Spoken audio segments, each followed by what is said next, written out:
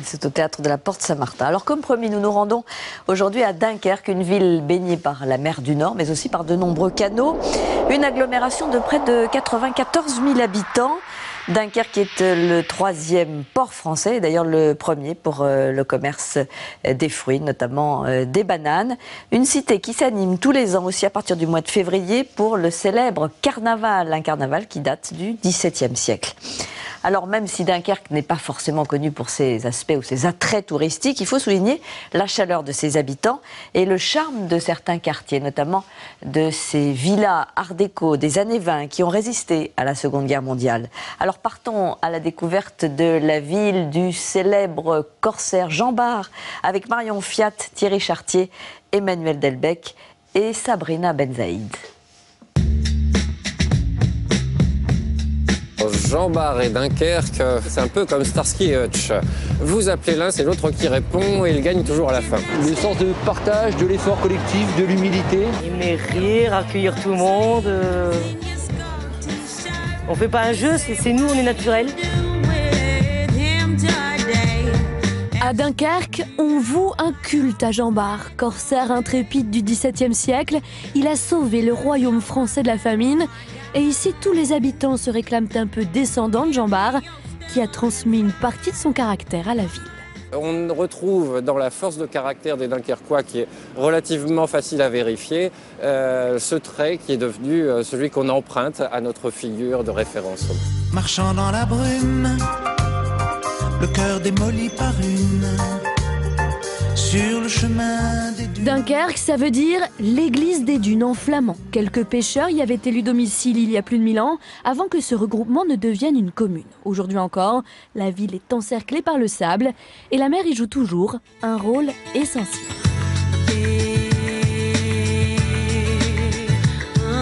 Au port, tout près de la Duchesse Anne, un magnifique 3 mâts transformé en musée se trouvent les aubettes, de petites échoppes. Entrez, entrez. Olivier est vendeur de poissons. Ça vous va? Chaque matin, les pêcheurs lui ramènent des flétans, des cabillaud et des sols, du tout frais. Mais bien sûr, venant de Dunkerque, c'est aussi le meilleur des poissons. C'est un des poissons les plus savoureux sur la côte et le plus facile à cuisiner aussi.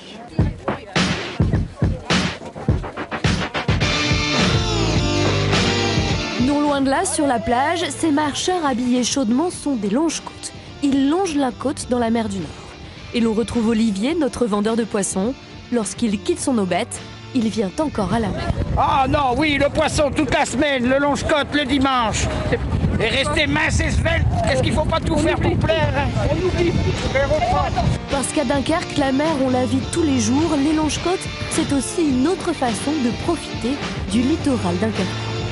On profite pleinement de la mer, du bienfait du milieu marin, de l'effet drainant, de la portée, vous êtes de la portance de l'eau, c'est de la thalasso pour tous. La plage de Malo-Brédune, la mer du Nord. À Malo-les-Bains, quartier de Dunkerque. C'était il y a 100 ans une station balnéaire huppée. Aujourd'hui, beaucoup de touristes s'y bousculent l'été. Le reste du temps, quelques privilégiés habitent les villas des notables de l'époque. Des maisons chéries par les Dunkerquois, parce qu'avec la statue de Jean Bart, c'est le seul patrimoine resté debout après les bombardements. La ville avait été détruite à 90% pendant la guerre. On les appelle les villas malouines, et beaucoup d'entre elles sont préservées par des amoureux. Philippe habite cette villa bâtie en 1910 avec sa famille. À l'intérieur, des plafonds restés à l'identique, des boiseries, des courbes et des planchers typiques. Beaucoup de pièces et de la hauteur, mais surtout le sentiment de vivre dans un endroit unique. C'est une joie d'en acquérir une. Et puis également, c'est une mission qui est de préserver cet héritage. On se sent un peu privilégié. On est privilégié, oui. Oh, le grand air. Dunkerque, c'est aussi un port de 70 km². C'est surtout le premier port de trafic de fruits en conteneur. Raymond est transpaleur trieur. Il s'occupe de décharger une partie des 1,5 milliard bananes qui arrivent ici chaque année. Travailler pour la Martinique, l'Union, la Guadeloupe, c'est vrai que c'est un truc que j'adore, quoi. Qu'est-ce que j'ai fait? Ma peine de poire. Non, c'est pas moi. Bah non, tiens. C'est toi, ma peine. Du pain, c'est le pain. Ici, c'est les Frangines, un petit restaurant du centre-ville tenu par 3 sœurs inséparables. Il y a Marie, l'aînée, Nathalie, la deuxième, et Sophie, la plus jeune. Dans leur restaurant, on fait la bise aux patronnes, on se sert soi-même derrière le bar, et l'on mange et l'on boit à la dunkerquoise, comprenez? Ah, qu'on fait pas attention aux doses, voilà. C'est typiquement un endroit comme on les aime ici. Bonne viande, frites et desserts maison, et surtout, pas de chichi. Tout le monde se connaît, tout le monde rigole. Je pense que c'est l'esprit dunkerquois, c'est la convivialité de toute façon. Dunkerque, une ville dont ses habitants sont épris, une ville fière et joyeuse, où la bonne humeur est servie à la dunkerquoise. Voilà, et voyons ce que les Dunkerquois ont pu découvrir à la une de leur presse quotidienne régionale ce matin. La une de La Voix du Nord, et bien évidemment un retour sur le match nul, 1-1 hier soir dans le derby du Nord entre Lens et Valenciennes. Alors on vient de le voir, les Dunkerquois, qui est aussi un port très actif. C'est d'ailleurs le 3e français, le premier aussi pour le commerce des fruits et légumes. On y vend et achète, on y transporte évidemment également des hydrocarbures, ce qui explique la forte concentration d'usines chimiques dans la région.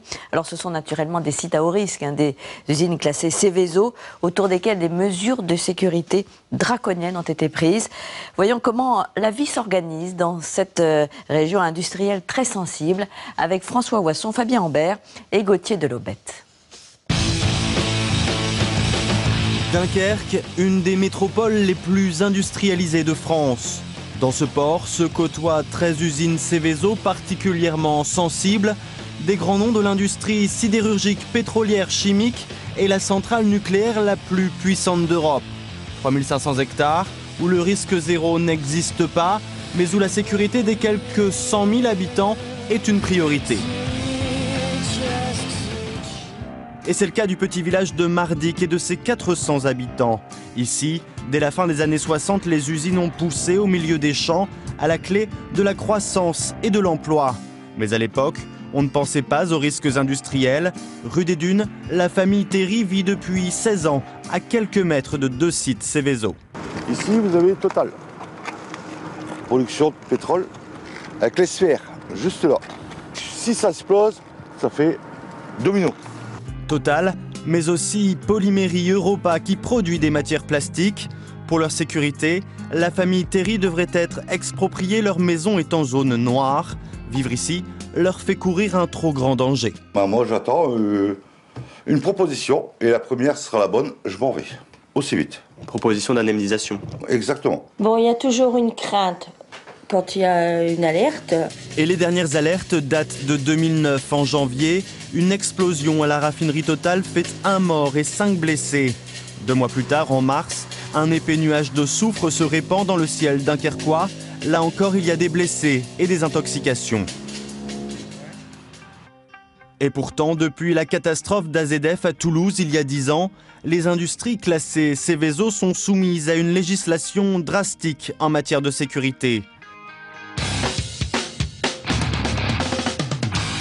Exceptionnellement, malgré le plan Vigipirate Rouge, Aluminium Dunkerque a bien voulu nous ouvrir ses portes.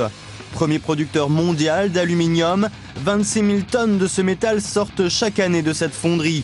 L'usine est classée Seveso, seuil haut, car ici, on manipule des matières dangereuses et toxiques comme le chlore. Alors, 23 millions d'euros ont été investis ces 2 dernières années pour limiter le risque de fuite. Nous avons mis en place des alarmes spécifiques pour pouvoir effectivement prévenir le personnel en cas de fuite de chlore, de manière à pouvoir réagir immédiatement. Et nous prévoyons dans l'année qui suit une élimination complète du chlore à l'intérieur de ce site. Réduire les risques, mais aussi se préparer à toute éventualité, même les plus dramatiques. 8h04 ce matin-là, l'alarme de la centrale nucléaire de Gravelines résonne. Mais rassurez-vous, c'est un exercice, le scénario, un des réacteurs est défaillant, une fuite radioactive est possible, 1800 familles doivent évacuer la zone en urgence. Fermez votre porte à clé, gagnez le point de rassemblement bus. Des exercices comme celui-là, il y en a régulièrement ici. organisée soit par la centrale, soit par les pouvoirs publics. Et à l'école primaire, même procédure, mais pas d'inquiétude pour les élèves. Les risques liés à la centrale, ils les abordent en classe dès leur plus jeune âge. Qu'est-ce qui se passe, dis-moi? On s'évacue pour, en tout cas, où si la centrale nucléaire a un problème. Mais pour ceux qui ont peur, rien de tel qu'une petite visite guidée au cœur de la zone industrielle. L'idée, c'est de vous montrer ce qui existe dans les usines, ce qui se fait en bien ou en pas bien, comment on les contrôle, comment on les surveille, est-ce qu'il y a des problèmes de pollution, est-ce qu'il y a des problèmes de risque. Informer, rassurer les riverains du Dunkerquois, c'est le rôle de l'association S3 Pays. Et ce jour-là, Sébastien Carré fait partie de la visite. Il est inspecteur à l'Adréal, l'organisme chargé de surveiller les usines Seveso. Plus de 1200 contrôles dans le Nord chaque année. Et si la sécurité n'est pas respectée, le préfet peut consigner une somme d'argent pour contraindre l'industriel à faire les travaux nécessaires. Et le préfet peut aller jusqu'à la suspension d'activité, qui peut être partielle ou totale. Si on était angoissé tous les jours, ce serait invivable. Et en plus de ça, il ne faut pas oublier qu'on est ici parce qu'on a de la famille, un mari, un fils, une fille, enfin, qui travaillent dans ces entreprises. L'industrie fait vivre près de 30 000 personnes ici. Et la taxe professionnelle a permis à chaque commune du Dunkerquois de construire ses propres équipements sportifs et culturels. Mais très tôt, Dunkerque a préparé sa relance, l'avenir, les éco-industries et les énergies renouvelables. Dunkerque a été parmi les premières villes de France à s'équiper d'un parc éolien.